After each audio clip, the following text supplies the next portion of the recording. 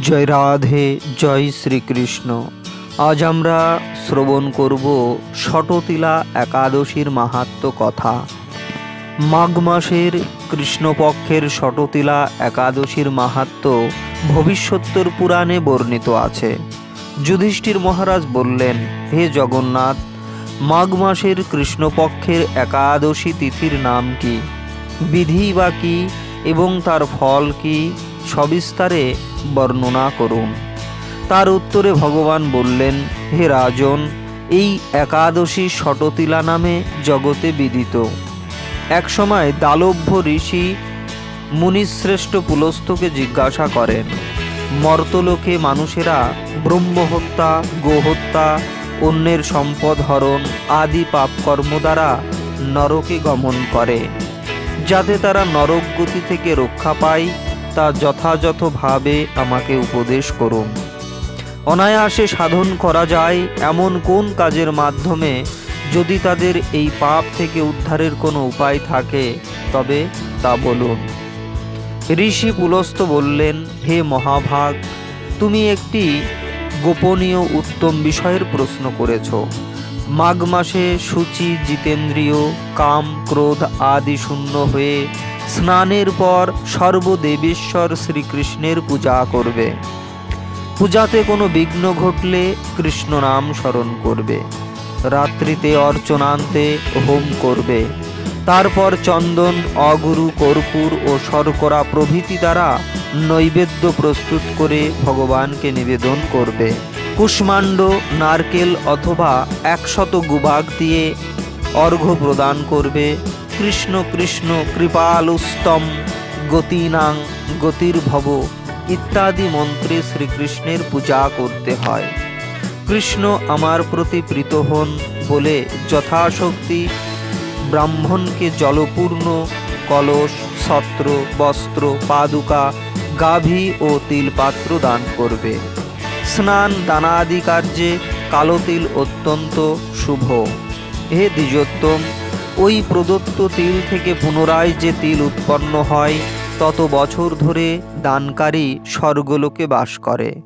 তিল দ্বারা স্নান, তিল শরীরে ধারণ, তিল জলে মিশিয়ে তা দিয়ে তর্পণ, তিল ভোজন এবং তিল দান, এই 6 প্রকার বিধানে সর্বপাপ বিনষ্ট হয়ে থাকে। এই জন্য এই একাদশীর নাম ষটতিলা একাদশী। হে যুধিষ্ঠির, একসময় নারদও এই ষটতিলা একাদশীর ফল ও ইতিহাস সম্পর্কে জানতে চাইলে যে কাহিনী আমি বলেছিলাম তা এখন তোমার কাছে বর্ণনা করছি।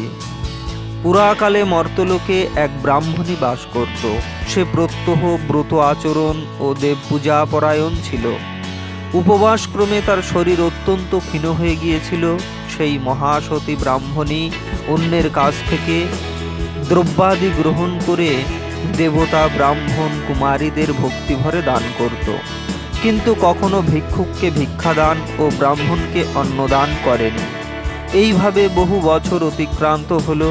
আমি চিন্তা করলাম, কষ্টসাধ্য বিভিন্ন ব্রত করার ফলে এই ব্রাহ্মণীর শরীরটি শুকিয়ে যাচ্ছে।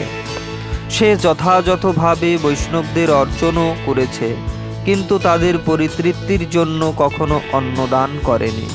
তাই আমি একদিন কাপালিক রূপ ধারণ করে তামার পাত্র হাতে নিয়ে তার কাছে গিয়ে ভিক্ষা প্রার্থনা করলাম। ব্রাহ্মণী বলল, হে ব্রাহ্মণ, তুমি কোথা থেকে এসেছো, কোথায় যাবে তা আমাকে বলো। আমি বললাম, হে সুন্দরী, আমাকে ভিক্ষা দাও। তখন সে ক্রুদ্ধ হয়ে আমার পাত্রে একটি মাটির ঢেলা নিক্ষেপ করল। তারপর আমি সেখান থেকে চলে গেলাম। বহুকাল পরে সেই ব্রাহ্মণী ব্রত প্রভাবে সশরীরে স্বর্গে গমন করল। মাটির ঢেলা দানের ফলে একটি মনোরম গৃহ সে প্রাপ্ত হল। কিন্তু হে নারদ, সেখানে কোনো ধান ও চাল কিছুই ছিল না। গৃহশূন্য দেখে মহাক্রোধে সে আমার কাছে এসে বলল, আমি ব্রত, কৃচ্ছ সাধন ও উপবাসের মাধ্যমে নারায়ণের আরাধনা করেছি। এখন হে জনার্দন, আমার গৃহে কিছুই দেখছি না কেন? হে নারদ, তখন আমি তাকে বললাম, তুমি নিজ গৃহে দরজা বন্ধ করে বসে থাকো। মর্তলোকের মানবী সশরীরে স্বর্গে এসেছে শুনে দেবতাদের পত্নীরা তোমাকে দেখতে আসবে, কিন্তু তুমি দরজা খুলবে না। তুমি তাদের কাছে ষটতিলা ব্রতের পুণ্য ফল প্রার্থনা করবে। যদি তারা সেই ফল প্রদানে রাজি হয় তবেই দরজা খুলবে। এরপর দেবপত্নীরা সেখানে এসে তার দর্শন প্রার্থনা করল। ষটতিলা ব্রতের ফল পেলেই কেবল সেই মানবী দর্শন দেবেন জেনে তাদের মধ্যে এক দেবপত্নী তার ষটতিলা ব্রতজনিত পুণ্যফল তাকে প্রদান করল। তখন সেই ব্রাহ্মণী দিব্যকান্তি বিশিষ্টা হল এবং তার গৃহ ধনধান্যে ভরে গেল। দ্বার উদ্ঘাটন করলে দেবপত্নীরা তাকে দর্শন করে বিস্মিত হলেন। হে নারদ, অতিরিক্ত বিষয় বাসনা করা উচিত নয়। বিত্ত স্বার্থও অকর্তব্য। নিজ সাধ্য মতো তিল, বস্ত্র ও অন্নদান করবে। ষটতিলা ব্রতের প্রভাবে দারিদ্রতা, শারীরিক কষ্ট, দুর্ভাগ্য প্রভৃতি বিনষ্ট হয়। এই বিধি অনুসারে তিল দান করলে মানুষ অনায়াসে সমস্ত পাপ থেকে মুক্ত হয়। এই ছিল আজ ষটতিলা একাদশীর মাহাত্ম্য কথা। জয় রাধে, জয়।